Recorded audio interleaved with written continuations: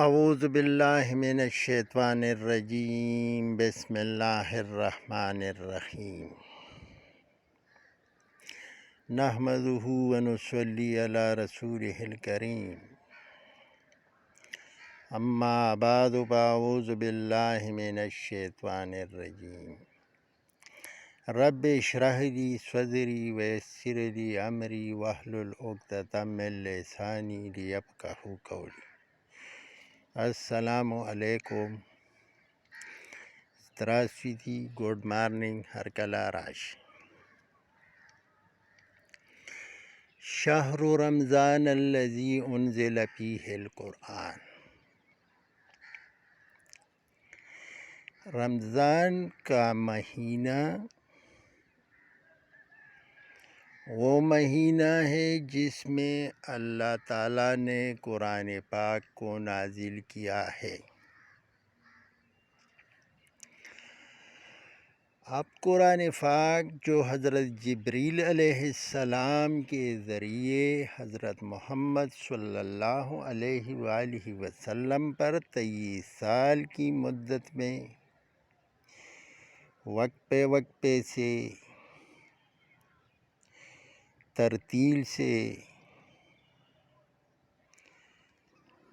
چھوٹے چھوٹے حصوں میں نازل ہوا،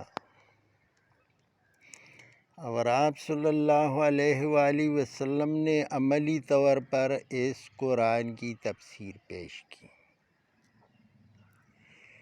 جو احادیث مبارکہ کی کتابوں میں درج ہے۔ صحیح بخاری میں۔ اب مسئلہ یہ ہے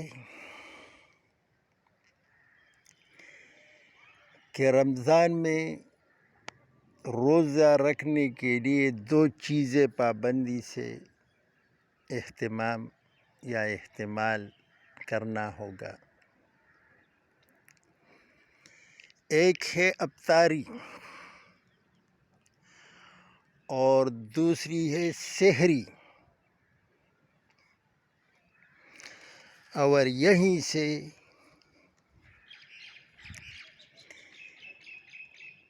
اس اہم مسئلے کا ابتدا ہوتا ہے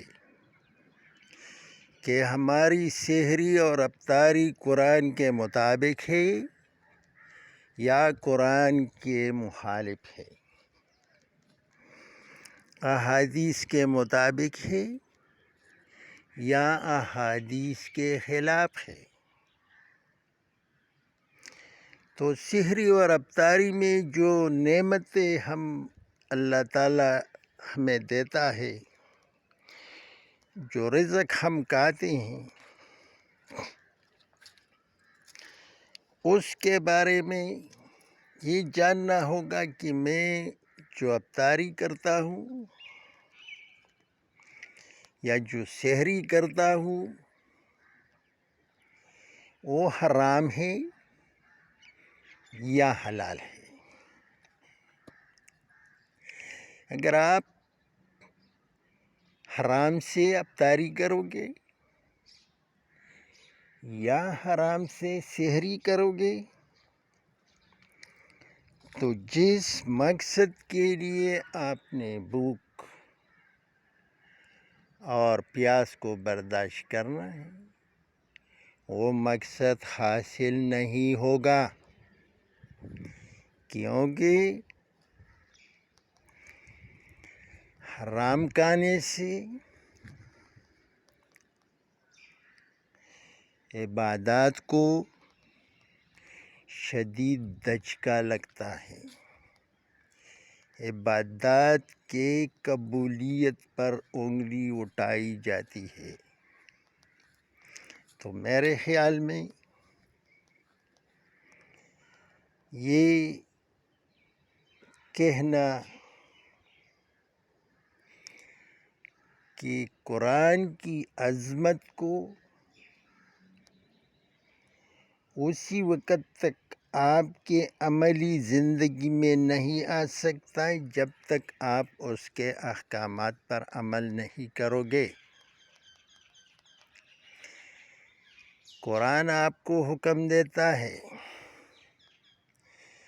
کہ یہ انسانوں، اے مسلمانوں، لا تاکلوا اموالکم بینکم بالباطل، کہ ایک دوسرے کے مالوں کو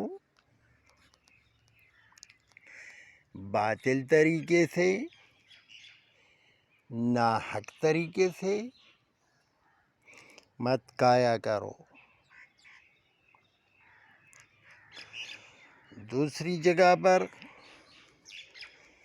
ارشاد فرماتا ہے قرآن پاک میں اللہ تعالیٰ،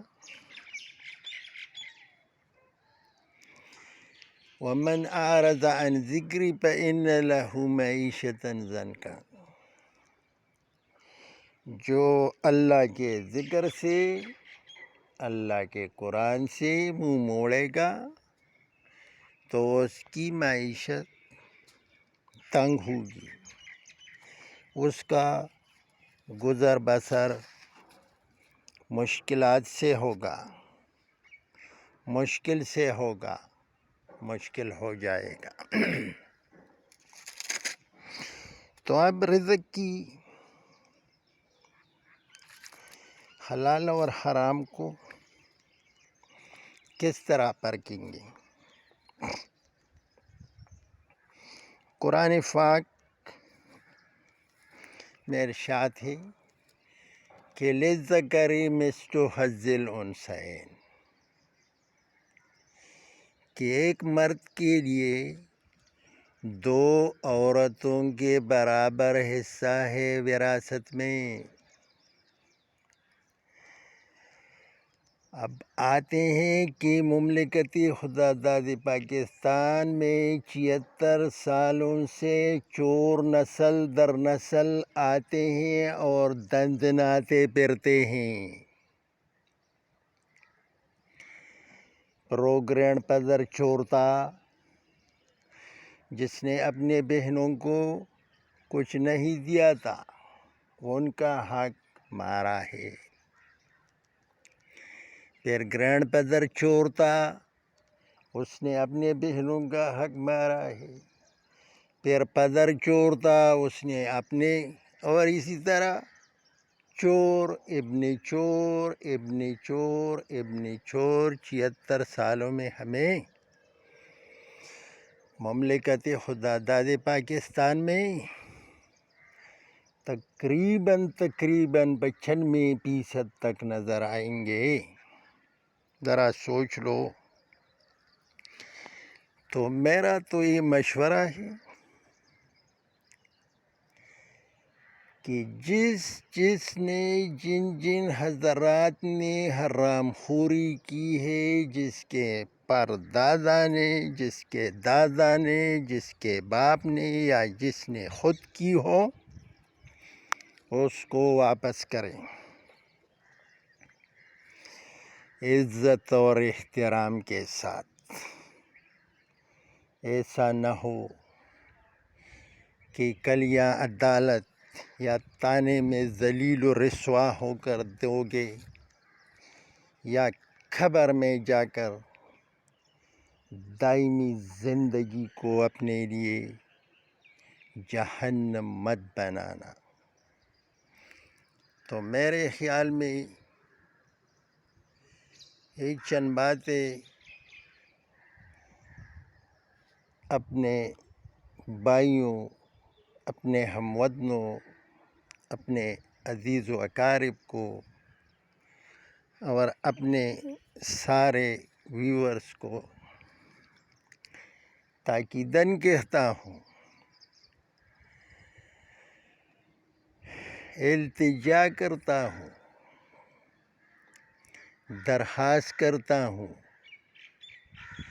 کہ اپنے آپ کو اور اپنے اہل و عیال کو آگ سے بچا لو، دوزخ سے بچا لو، جہنم سے بچا لو۔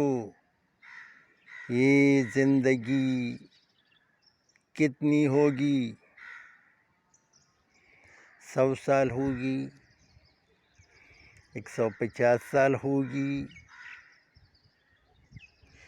70 سال ہوگی، 20-25 سال ہوگی، یا جو گزرا ہے، باقی کا تو کچھ پتہ نہیں لگتا۔ تو لہٰذا قرآن کے مطابق ہر انسان اللہ تعالیٰ سے ملے گا، تو اس ملاقات کے دن کے لیے تیاری کرو، آرام خوری سے بچو، دوسروں کے حقوق کو مت کھاؤ، والدین کی فرمان برداری کرو، اور ملک، قوم، عوام کی ترقی، خوشحالی، اسودہ حالی میں اپنا حصہ ڈالو۔ والسلام، گڈ بائی، دسودانیہ، اللہ پامان۔